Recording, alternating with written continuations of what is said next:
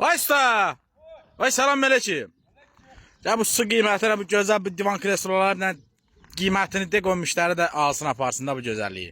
Herkes hoş gördüğü gözəl dəyərlidir. Həqiqətən bax bildiyiniz su qiymətlədir. Bax mən Temmuz'dakı bir dənə qadın yox kimdir. Demək ki o dəyərli gələcəm. Bax o su təmiz 1.80-dir dərəcədir. Kreslonun da təmiz 60 santıdır. Oturum da eyni dəyərli gələcəm. Gördüyünüz kimi 63 santıdır. Qarşıda belə gözəl jurnalist var, şadi bilən jurnalin içində görsənət dərəcədir. Bax divan kreslon 2 rəngdən ibarətdir. Dostlar öz zövqümüzdə işləmişik. Kim istəsə ev üçün sifariş verə bilər. Demək qısa bir müddətdə vaxt elədik. Hamı divan kreslona deyir, tək divan deyir. İstehsalatımızda birini nümunə üçün hazırladıq da əzizlərimiz. Kim istəyirsə əlaqə sağlasın, gətirə tərəf. Bax tək divanımız da var belə 350 manatdır. 2 kreslo, 5 paduşka, 1 tək divan, qarşında jurnalini. Çatdırılması cəmi 680 manatdır.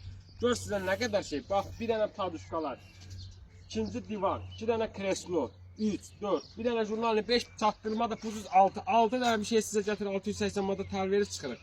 Həm də ki qara masaka 28.0 və oturum da birik qalın dik. Allah xeyir versin. Sağ ol Ağsaqqal. Sağ olun, çox sağ ol. Qada görmə, Allah sizə ömür versin. Demək ünvanımız hər altı bazar gəlib Saxozramanda baxa bilərsiniz. Və yaxud da burası istehsalat yerindir, divan sıxılmış. Gəlib görə modelə baxa bilərsiniz. Olmayanlara qismət olsun inşallah. Amin.